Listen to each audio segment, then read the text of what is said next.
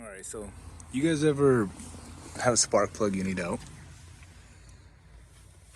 Your finger doesn't reach. You do not have a magnet. You do not have a screwdriver with a magnetized tip. What you can do is grab a straw, just any straw. You fish it in there. And you put it right on top of that nipple. You pull it out. There you go. Okay, so to install it back in there, you don't want to just drop them in there because these metal pieces aren't as tough as you might think they are, and during the impact they can bend inwards, which would affect your sparking. So you can just put them back in there like this, nicely, lightly, and just lower it in there.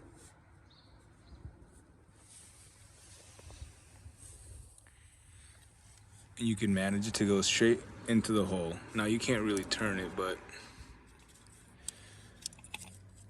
shake it off a little bit and you're good.